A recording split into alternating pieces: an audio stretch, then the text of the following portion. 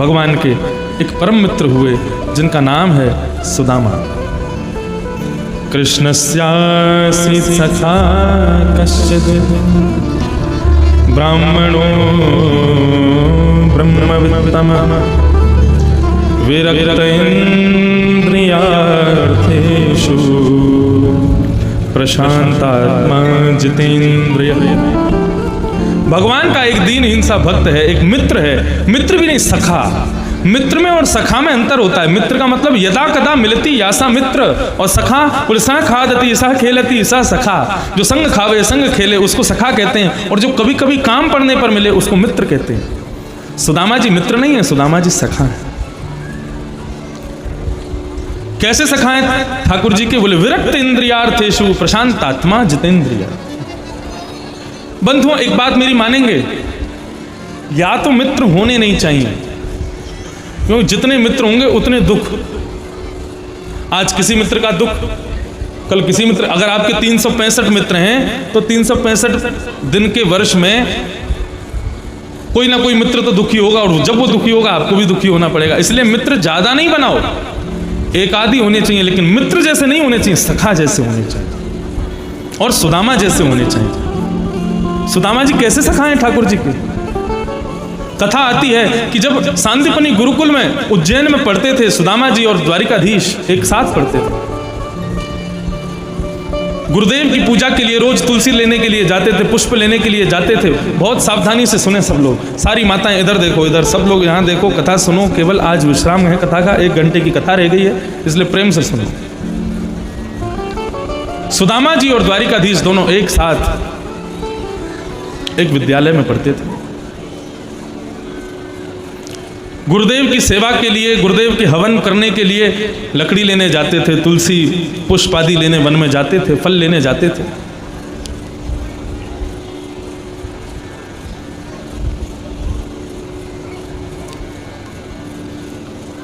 एक दिन एकादशी पड़ गई और श्री भृगु ऋषि सांदीपनी गुरुकुल में भिक्षा मांगने के लिए पधारे।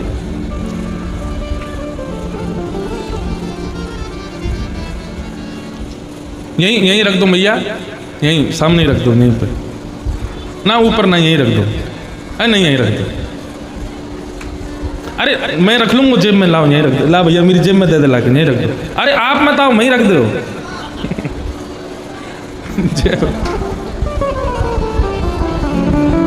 अरे लाओ, वो पंडित जी दे दो, पंडित जी को दे दो।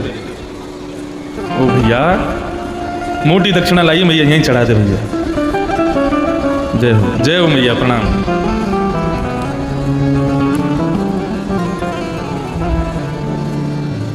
क्या कह रहा था मैं? हैं? हाँ, इतने 1000 लोगों में एक ने बताया क्या कह रहा था। सब सुनो प्रेम से, ध्यान से, एकाग्र चित्त। तो श्री सुदामा जी महाराज, हाँ, तो सांदीपनी गुरुकुल में जब कृष्ण और सुदामा पढ़ते थे, एक दिन एकादशी पड़ी।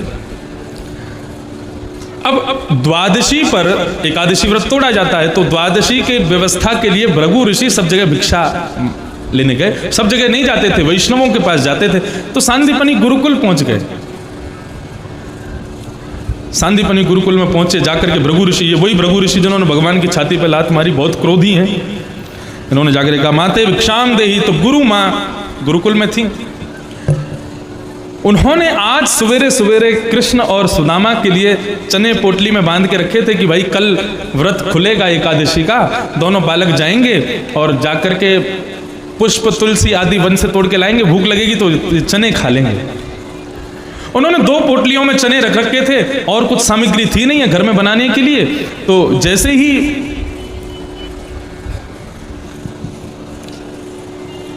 श्री भृगु ऋषि आए और आकर के कहने लगे माते भिक्षाम देही, तो गुरु माँ ने कह दिया कि नहीं, आज तो महाराज जी कुछ नहीं है गुरुकुल में, रसोई घर में कुछ भी नहीं बचा है, आप कल आइएगा। भृगु ऋषि बोले कल तो हमारा कोई अनुष्ठान है, हम नहीं आ पाएंगे, हमको आज ही चाहिए था। बोले महाराज क्षमा करें, आज कुछ नहीं है। तो भृगु ऋषि ने नेत्र बंद करके देखा कि भाई इतना बड़ा गुरुकुल, इतने बालक पढ़ते हैं, यहाँ खाने के लिए रसोई घर में कुछ भी नहीं है। नेत्र बंद करके देखा तो महाराज चने की पोटली उनको दिख गई। वहां तो कुछ नहीं बोले, थोड़ी दूर वन में गए, वहां वन में जाकर के हाथ में जल लिया, बोले कि एक ऋषि को अन्न देने से मना कर दिया, चने देने से मना कर दिया, कुछ भिक्षा देने से मना कर दिया, जिसके लिए वो चने बचा करके रखते हैं। माँ मैं श्राप देता हूं, जो भी उन चनों को खाएगा वो लक्ष्मीहीन हो जाएगा, उसके पास लक्ष्मी कभी टिकेगी नहीं, वो जीवन पर्यंत अपनी जीवन में गरीबी देखेगा। अब ये श्राप वो दे रहे थे, वहीं झाड़ियों में बैठे थे श्री सुदामा जी महाराज अपना अध्ययन कर रहे थे, और सुदामा जी ने ये बात सुन ली। सुदामा जी ने जैसे ये बात सुनी, उन्होंने अपने ग्रंथ को हृदय से लगाया, विधाता को प्रणाम किया, बोले कि वो पोटली तो मेरे और कृष्ण के भोग के लिए माँ ने निकाली है, यदि उन चनों को कहीं फेंक देंगे तो अंकुरित होकर के और चने हो जाएंगे, जो भी खाएगा वो सब निर्धन होते चले जाएंगे, किसी को फेंक नहीं सकते, किसी और को खिला नहीं सकते। सुदामा अब तुम्हारी अग्नि परीक्षा है, वो चने तुमको ही खाने हैं ताकि किसी और को ना मिले। और सबसे बड़ी बात, मेरा मित्र है कन्हैया, मेरा सखा है कन्हैया, यदि उसने खा लिए तो जीवन में दुख आ जाएगा। मैं कैसा सखा, यदि जानते हुए भी अपने सखा को दुख दे दूं? प्रण कर लिया कि चने कृष्ण को नहीं खाने दूंगा, स्वयं खा लूंगा। वन में गए, प्रातः काल का समय, वन में गए, कन्हैया कहने लगे, बोले एकादशी पूरी हो गई, सुदामा जी जल्दी जल्दी चने दो, मुझे भूख लग रही है, माँ ने जो दिए।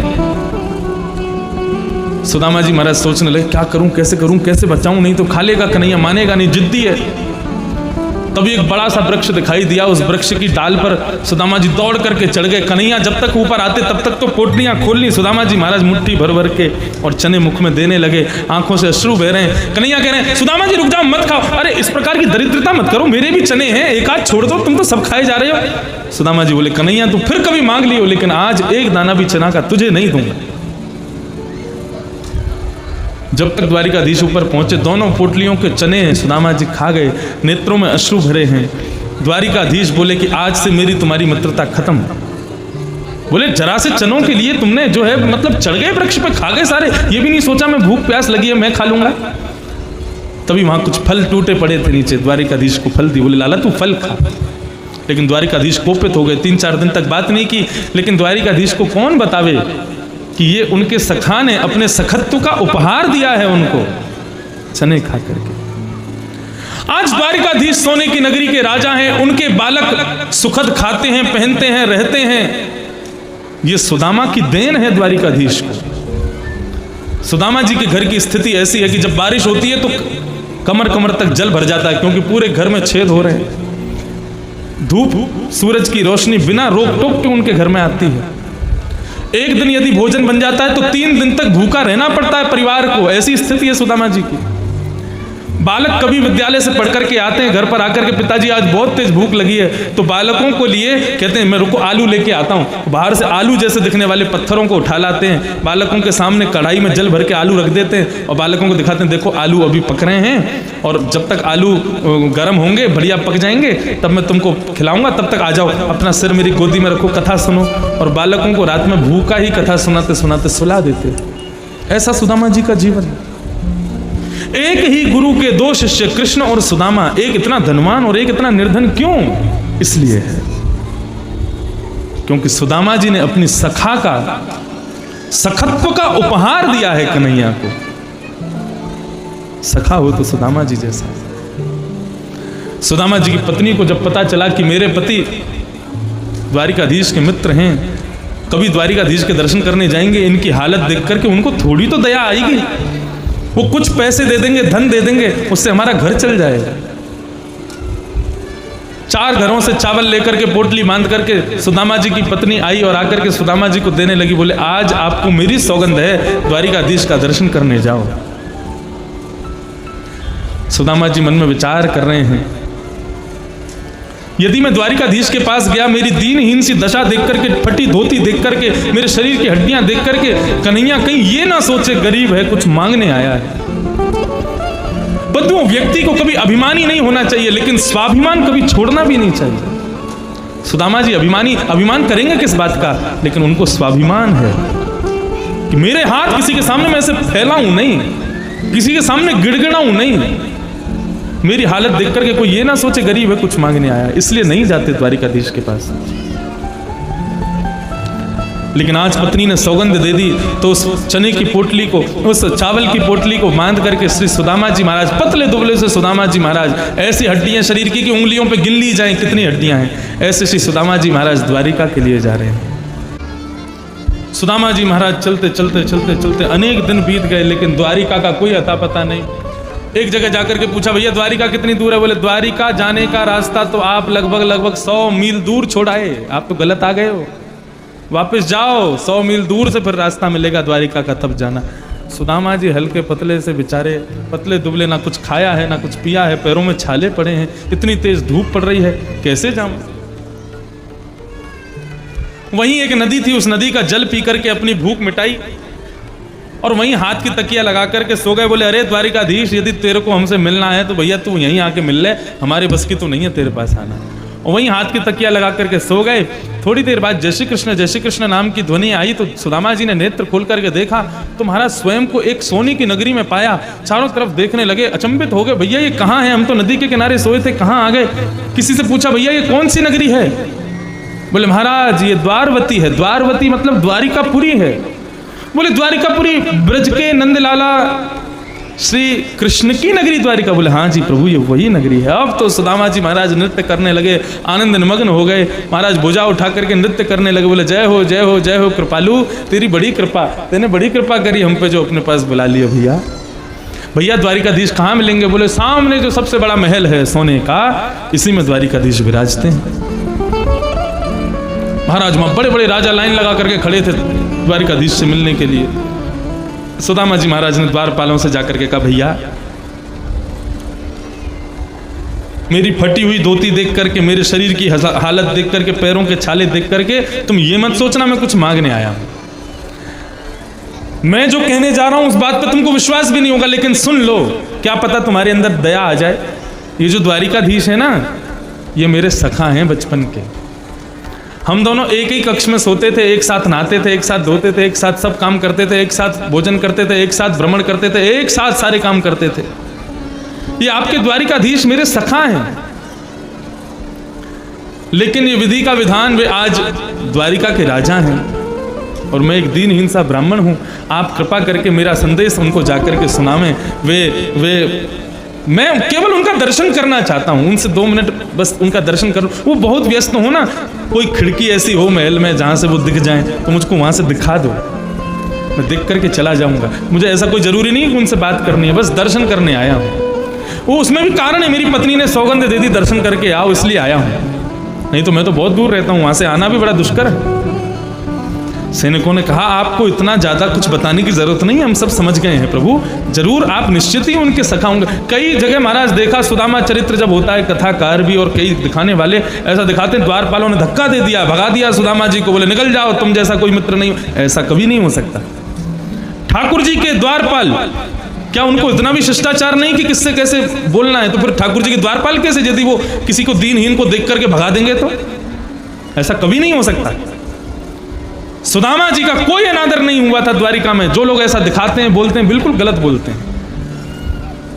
द्वारपालों ने प्रणाम किया, बोले जय हो प्रभु, आप थोड़ा सा विराजें, हम द्वारिकाधीश को जाकर के पूछ लें, सुन लें, वे कहीं व्यस्त बताए गए हैं। वो जैसे ही अपने काम से निवृत्त हो जाएंगे, हम आपका संदेश उनको दे देंगे, आप विराजो। द्वारपाल भीतर गए, ठाकुर जी भोजन कर रहे थे। द्वारपालों ने जाकर के कहा, महाराज अनंत, महाराज बाहर तो बड़े बड़े राजा आए हैं देशों के आपसे मिलने के लिए, सब आए हैं, सबके बारे में बताया। ठाकुर जी भोजन करते जा रहे थे, इतने में कहा, बोले एक दीनहीन सा ब्राह्मण आया है।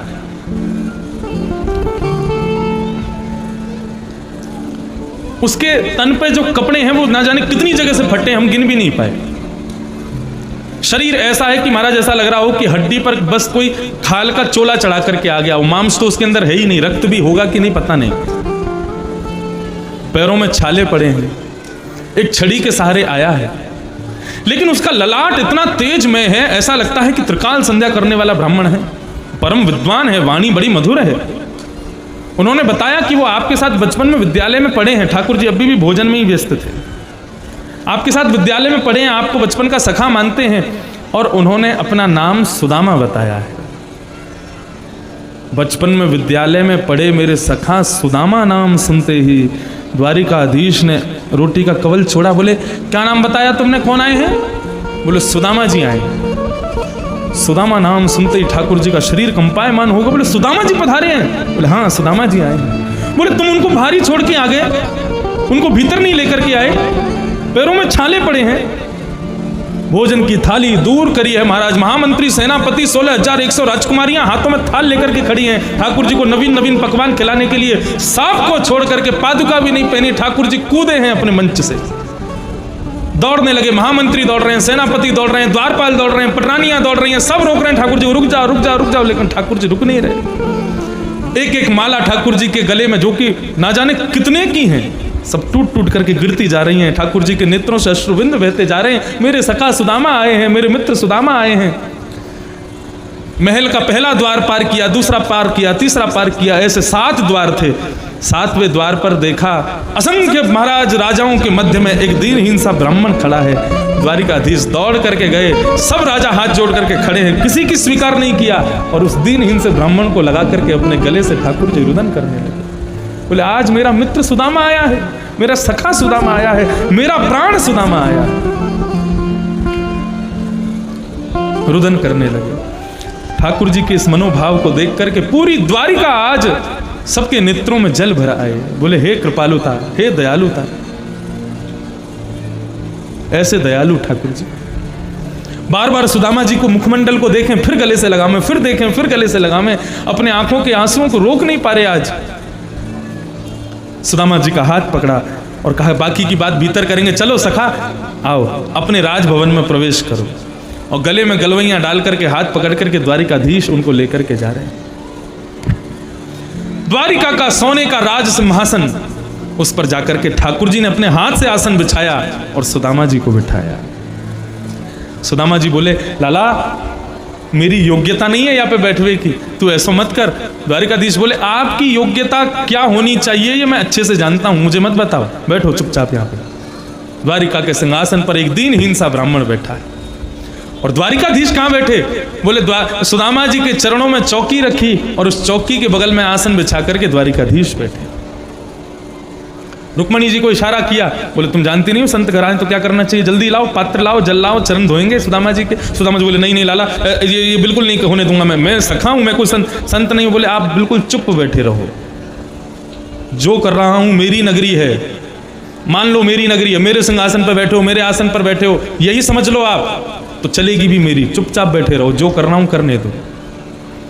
सुदामा जी के छाले पड़े हुए चरणों के नीचे सोने का पात्र रखा ठाकुर जी ने। स्वयं लक्ष्मी जिसको पाने के लिए प्रत्येक व्यक्ति आतुर रहता है, वो लक्ष्मी अपने हाथ में जल लेकर के आई है पैर धोने के लिए। ठाकुर जी ने मना कर दिया, बोले इस पात्र की आवश्यकता नहीं है। बोले आप चरण धोएंगे कैसे? सुदामा जी के छालों को देखा, मुखमंडल को देखा, सुदामा जी की इस मनोदशा को देख करके ठाकुर जी अवरुद्ध हो गए, आंखों से आंसू निकलने लगे।